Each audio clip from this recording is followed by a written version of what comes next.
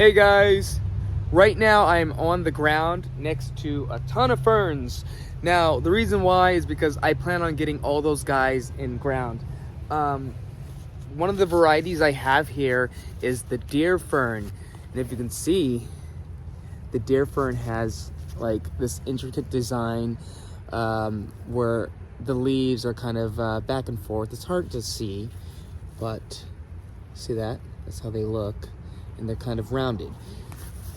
The second variety of fern that I have over here I'm planning on getting in ground is the Jurassic fern. This one's lighter. Let me bring it closer. So the Jurassic fern does put on colors of orange and yellow, and that's one of the reasons why I picked it up, and I'm excited to get it in ground. I think we have a total of maybe 3 or 4 in this area. Back here, the third fern we have is the Licorice fern. Now, Licorice fern can handle full sun if given the right amount of moisture. It does grow on trees. Well, I mean, not really, but let's say the spores landed onto some sort of moss and it was able to attach itself to the tree. Those are the ferns you see, at least in woodland areas, on top of the trees. Let's see, one more fern, there it is, that we have here, and I think it's the singular fern of today that I'll be getting planted, and it is a tassel fern. So I have tassel ferns all over the garden, but I just wanted to add one more, and the tassel fern, you can see, it doesn't cost much either. But it's got like a soft texture to it. So, I don't know if you can tell, but it's super soft looking. And I mean, it's not soft feeling, but it's soft looking.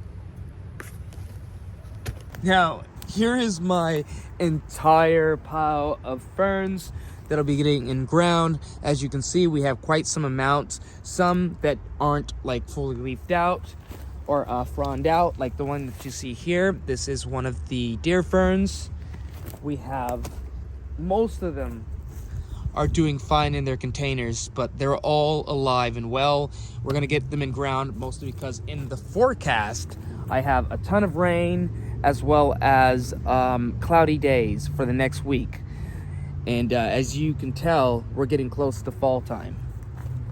Speaking of getting close to fall time, that's when these guys start to change colors. Now these are the Autumn Joy sedums, but that's not what this video is about. I just wanted to show you guys. For my licorice fern, I'm kind of choosing areas that are full sun, but eventually will be covered by the shade of trees. Since these guys can handle full sun, I'm not too worried about them. I'm gonna get everything watered in, and then I'll let them do their thing over the next few weeks, because again, we have a lot of rain coming in our forecast here, and the highs in temperature are only in the 50s to 60s, which I think is perfect weather for planting ferns. My goodness, I only put a few in ground, and it feels like I've been working on this forever. So I'm gonna get some more in. I think we got all the licorice fern in ground. I do need to get these Jurassic fern in ground. These guys can handle full sun, so I'm gonna put them in an area that will receive full sun for now, and then later on in the season, they should receive dappled lighting from Japanese maple trees. So in spring, full sun, until late spring, dappled lighting. So I found an area for this Jurassic fern. Now, the area is not going to receive dappled lighting, at least for some years, because there is a small Japanese maple tree here. But these ferns, they can handle full sun, even in the hot summer. As long as I give them water, they might die back a little bit, but other than that, they should be fine until the tree kind of grows out. But just because I'm doing it here in my garden does not mean you're going to be able to do it in your garden. If you live in an area that receives a lot of intense sun, you might not be in the best position to place those in those areas. I myself live in a zone 8B. We get a ton of rain, so we're kind of like a special zone where I want to say it's only hot for a few months. Sorry about that. There was some loud noise in the background, but we get a lot of rain, and it's a subtropic area, so I'm gonna say these guys should do fine. There are some weeds in this area that I do need to kind of get removed, which I'll work on eventually. I will do it. By the way, I want to show you guys some examples of ferns that I deem full sun worthy, but obviously they're not doing the best in this condition as of right now. But in the areas, there are trees growing up. They're just not able to shade the areas as of yet.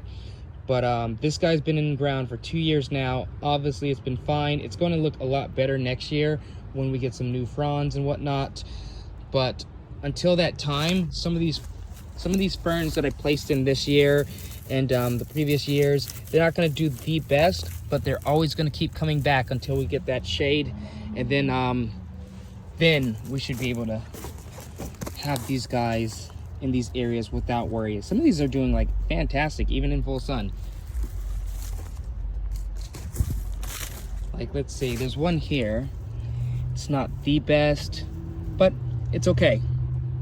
As for my deer fern, I'm gonna put these guys in more of a shadier condition, because I swear none of my deer fern can actually handle full sun, at least for the first couple of years.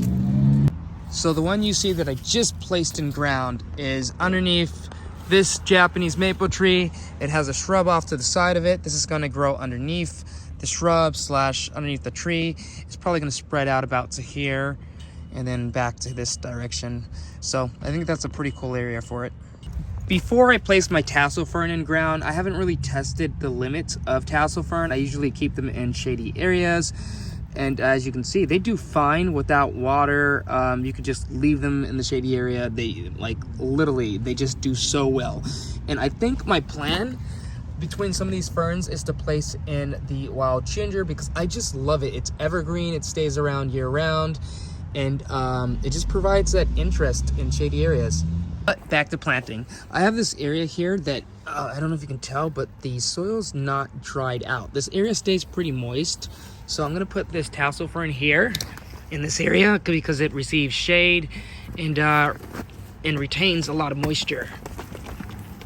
Whoops. By the way, there's extra soil inside these containers, so I'm not really being too rough. That was actually 2 months ago, and right now it's winter. I wanted to show you guys that a lot of those ferns are doing well. In fact, the deer fern are doing amazing. The ghost fern have gone dormant. And despite what the tags say about the Jurassic gold fern, it has not gone dormant. So I'm going to guess it's gonna stay evergreen year round, but give us some lovely orange fiddles during spring. I will see you guys in the next video, and stick around to see how the garden progresses throughout the year. So, peace!